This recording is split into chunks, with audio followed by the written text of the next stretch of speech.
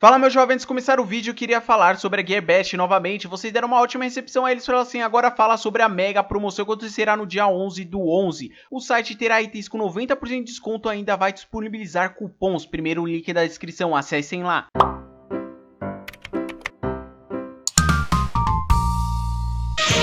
Este é o Super Vegito! Finalmente apareceu um poderoso guerreiro. É o Super Vegito. O fim de Buu se aproxima.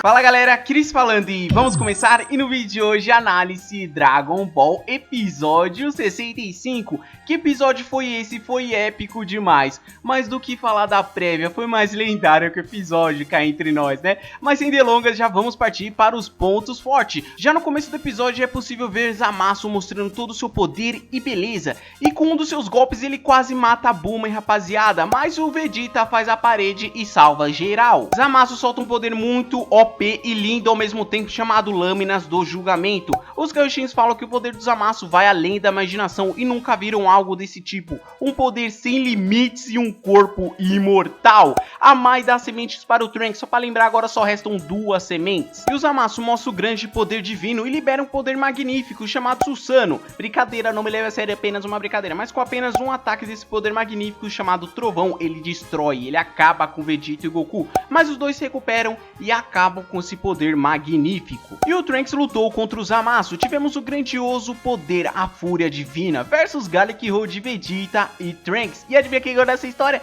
Claramente que foi Vegeta e Trunks. Mas o Zamasu continuou vivo, porque ele é imortal. E Zamasu fica tão furioso depois desse golpe que ele resolve matar o Trunks. E o Vegeta pula em cima e salva a vida do Trunks. Meu Deus, essa cena foi muito épica. Foi muito épica. Mas voltando ao assunto, né? No final do episódio terminamos com Goku soltando seu Kamehameha. E depois da prévia, depois daquela musiquinha na prévia, depois de fucking 20 anos, Vegito apareceu novamente para a nossa alegria. Então vamos lá direto para a análise, porque esse episódio tá épico. Então vamos começar falando do Zamasu, um episódio cheio de movimentação e o cara continuou sendo arrogante e se achando. Puta que pariu, hein, minha gente? O cara fala assim, olha só minha beleza, olha como eu sou forte, olha o meu poder divino, olha o meu ataque magnífico, olha o meu poder de fúria. Os ataques do cara eram simplesmente assim, mas mano do céu, que ataque era esse? Era um mais bonito que o outro. E sem falar que ele não fez nenhuma luta corporal, ele ficou lá no céu atingindo todo mundo, parecia um avião aéreo, atingindo todo mundo, tava no chão.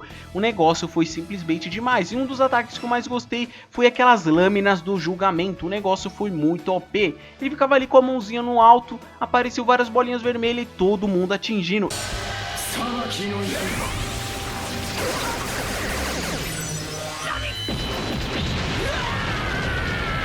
E nessa parte que morreu uma pessoa, um refugiado acabou sendo morto, aleluia, né? Porque nós só tínhamos a Bulma, né, que tinha sido morta, e agora esse personagem, que eu me lembre só esses dois, né, que eu me lembre. Se tiver mais alguém, vocês comentem aí, porque as pessoas que eles mataram foi tudo indiretamente. A gente sabe que ele matou, mas nós não vimos eles matando os Kaioshins, assim os deuses da destruição morrendo, e assim os assistentes desaparecendo, todo mundo da Terra do Futuro sendo morta, nós não vimos, aleluia. Pelo menos uma pessoa morreu, faz tempo ó, que eu não vejo uma pessoa morrendo nessa saga. E eu queria falar que também as pessoas que morrem nessa saga não fazem diferença se ficar viva ou morta. Nesse caso, a própria Bulma do futuro é um exemplo. Se ela morresse ou estivesse viva, não faria nenhuma diferença. Mas enfim, aquela explosão continua. E nessa que continua, uma menininha cai no chão. E nessa que aparece o Trunks para salvar essa menininha, que parece que ia ser irmão daquele menininho. Enfim, o que acontece? Enquanto ele está ali salvando aquela menina, o Goku e o Vegeta estão lutando contra o Zamasu. Mas o mais interessante é que esse menininho ele fala o seguinte, ele fala mais ou menos o que eu vou falar aqui. Ele fala assim, nossa, ele é um deus, mas ele não pode ser um deus não faz umas coisas dessas. Aí eu quero fazer uma pergunta pra vocês, exatamente. Todo mundo sabe que essa saga do Black e do Trunks tem os seus altos, mas também tem os seus baixos. E o ponto mais forte nessa história, galera, pra mim, é um Kaiô fazendo maldade. Quem na sua imaginação, na sua mais alta percepção, conseguiria imaginar que um Kaiô ia fazer tanto estrago? Fala a verdade. Eu acho que, na minha opinião, o ponto mais forte nessa história dessa saga é o Kaiô, é o Zamasu. Mas enfim, continuando, enquanto o Trunks estava ali salvando essa menininha, o Goku estava lutando. Lembra quando ele soltou aquele poder magnífico e fez uma espécie de Susanoo do Sasuke? É o poder chama magnífico, ele falou que é magnífico, enfim.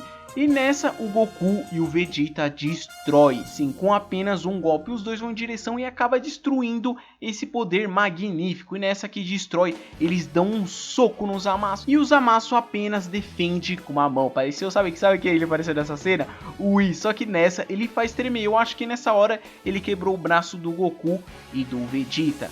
Mas o que acontece? O Trunks ele volta para a cena de luta, aleluia, finalmente. E nessa que ele volta para a cena de luta, ele solta o seu Galick-Ho contra a energia, a fúria de energia, sei lá, alguma coisa assim, eu sei que tem coisa divina no meio.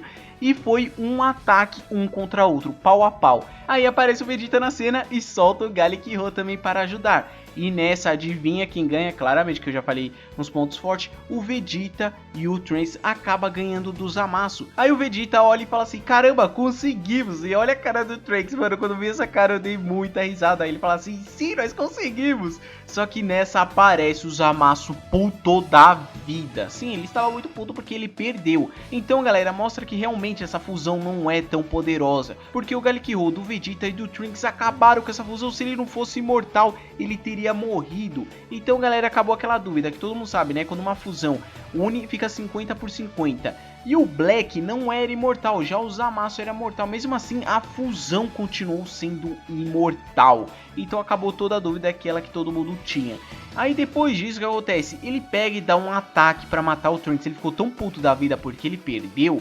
Ele dá um ataque no Trunks e nessa que aparece o mito do Vegeta para defender. Essa cena foi muito chocante. Mas o que acontece, galera? No próximo episódio é óbvio que o Trunks vai dar sementes para o Vegeta. Meu, tá tão óbvio essa cena porque o Vegeta caiu no colo do Trunks e o cara tá com a semente. Então isso tá muito óbvio que ele vai dar sementes para o Vegeta e assim ele recuperar a sua energia. Mas eu queria falar que realmente essa cena foi muito bonita e chocante.